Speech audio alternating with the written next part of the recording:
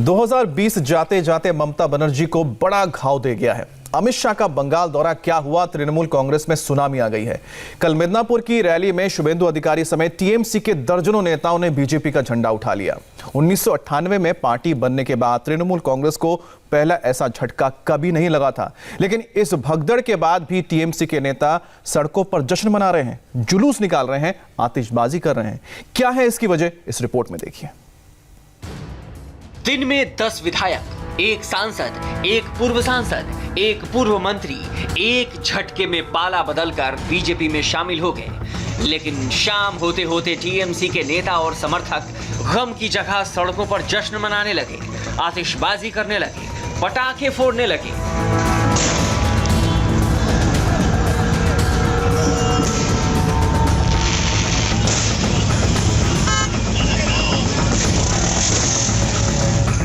न सिर्फ पटाखे बल्कि विजय जुलूस भी निकला। ऐसा लगा जैसे टीएमसी ने अपना बड़ा नेता न खोया हो बल्कि कोई बड़ी जंग जीत ली हो। सड़क पर डीजे बजा, जोरदार डांस हुआ।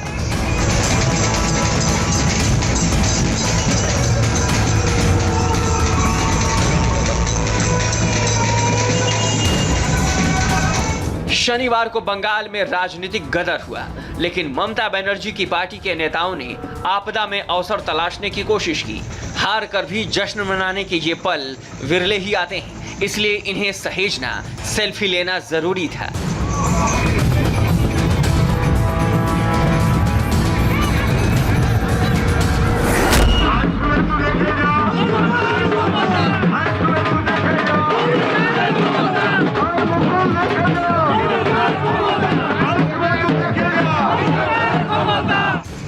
नॉर्थ 24 परगना में ये टीएमसी नेता मदन मित्रा का जुलूस है। मदन मित्रा शुभेंदु अधिकारी के पार्टी छोड़ने से इतने खुश हैं कि उन्होंने रोड शो ही कर डाला। खुली जीप में सवार होकर मदन मित्रा नारे लगाते रहे, शुभेंदु अधिकारी को वायरस बताते रहे। ভাইরাসটা বেরিয়ে গেছে, সবাই খুশি, আমাদের ভ্যাকসিন লাগবে না, আমরা ফ্রি অফ ভাইরাস, চলো বন্দে মাতরম। ममता की पार्टी में मदन मित्रा को शुभेंदु अधिकारी का विरोधी माना जाता है। एक पार्टी में रहकर भी दोनों एक मंच पर कभी साथ नहीं आए। मिदनापुर इलाके में शुभेंदु अधिकारी का दबदबा 40 से 50 सीटों पर है। ममता बनर्जी सरकार में वो सबसे पावरफुल मिनिस्टर थी, लेकिन अब वो पार्टी छोड़ चुके हैं, तो मदन मित्रा को पार्टी में अपनी हैसियत बढ़ाने का मौका मिल गया है। जोश तो मना रहा है, क्योंकि इतना जोश मिल गया ना कि जो लोग बेईमान था, अभी ईमानदार लोग रह गए तृणमूल में और बेईमान क्लियर हो गया। और तृणमूल को जो वायरस था, आज तृणमूल फ्री ऑफ वायरस। बहुत खुश है कर्मी लोग, क्योंकि अभी लड़ाई स्ट्रेट, मचकन में कोई ब्रोकर दलाल नहीं है, रुक लेंगे, लड़ लेंगे बीजेपी। आज बेईमान लोग निकल गए और तृणमूल कांग्रेस साफ हो गया। टीएमसी माने या न माने, मंथन की जगह दनादन आतिशबाजी करें, लेकिन सच ये है कि शुभेंदु अधिकारी के जाने से पार्टी को ऐसा झटका लगा है जिसकी भरपाई मुश्किल होगी। एक ही झटके में बीजेपी ने वो पा लिया जिसके लिए उसे कई साल तक मेहनत करनी होती। मिदनापुर जंगल महल की सियासत का नर्व सेंटर है और जंगल महल पर कब्जे का मतलब बंगाल पर कब्जा। यहाँ 4 जिले हैं जिनके एक एक बूथ पर शुभेंदु अधिकारी का बोलबाला है।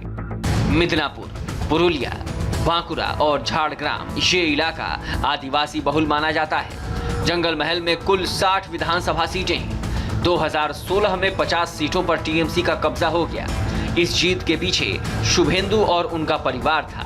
इनके अलावा दक्षिण बंगाल की 4 और सीटें मुर्शिदाबाद, मालदा और विष्णुपुर में भी शुभेंदु की अच्छी पकड़ है। ये तो शुरुआत है, चुनाव आते आते आप अकेली रह जाएगी। चुनाव आते आते जिस प्रकार की सुनामी को मैं बंगाल में देख रहा हूं, मित्रों, इसकी कल्पना शायद ममता दीदी ने नहीं करी होगी। ये लाखों लोगों की भीड़ देख लीजिए दीदी, पूरी बंगाल आज आपके खिलाफ खड़ा हो गया है। पूरा बंगाल आपको हटाने के लिए एक साथ आ गया। এটা থেকে যদি বেরিয়ে আসতে হয়, যশস্বী প্রধানমন্ত্রী নরেন্দ্র মোদীর হাতে বাংলাকে তুলে দিতেই হবে, দিতেই হবে, দিতেই হবে। Queen of adoration was his motherland, অর্থাৎ ভারত মাতা হচ্ছেন স্বামী বিবেকানন্দের আরাধ্য দেবী। যদি মা কাউকে বলতে হয় ভারত মাতাকে মা বলবো, অন্য কাউকে মা বলতে পারবো না। शुभेंदु अधिकारी के जाने के बाद टीएमसी हारी हुई बाजी को पलटने के लिए जोर लगा रही है। टीएमसी की कोशिश है कि वो शुभेंदु को उनके गढ़ में घेरे। जो दांव पेच उन्होंने कांग्रेस और लेफ्ट के खिलाफ चले, अब वही दांव पेच टीएमसी के नेता शुभेंदु के खिलाफ आजमाना चाहते हैं। मदन मित्रा की रैली को टीएमसी की इस रणनीति का ट्रेलर माना जा सकता है। अभी आप इडियोलॉजी क्या इडियोलॉजी है? 10 बरस आप नरेंद्र मोदी के खिलाफ बोल के गया। आज नरेंद्र मोदी उनको इडियोलॉजी हो गया, तो ये आदमी को कौन विश्वास करेगा? कौन विश्वास करेगा? और डरिए मत, देख लीजिएगा 2021 में ममता जी जब 220 का सीट से ज्यादा सीट लेके चीफ मिनिस्टर होंगे, यही लोग फिर घूम के आके तृणमूल में ज्वाइन करने के लिए कोशिश करेंगे। ये भी बात लिख लीजिए। एक ही दिन में टीएमसी का एक रूप ये है तो दूसरा रूप ये है।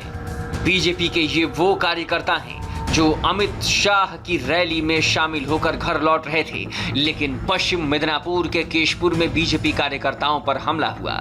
उनकी कार पर पत्थरों से हमला किया गया। बीजेपी का आरोप है कि ये हमला टीएमसी कार्यकर्ताओं ने किया है। इस हमले में बीजेपी के 2 कार्यकर्ता घायल हो गए। हालांकि बीजेपी ये मानकर चल रही है कि अगर उन्हें बंगाल फतह करना है तो उन्हें इन परेशानियों, इस तरह की हिंसा का सामना करना होगा। इसलिए मिदनापुर के मंच से अमित शाह ऐलान कर चुके हैं, लड़ाई लंबी है लेकिन जीतेंगे जरूर।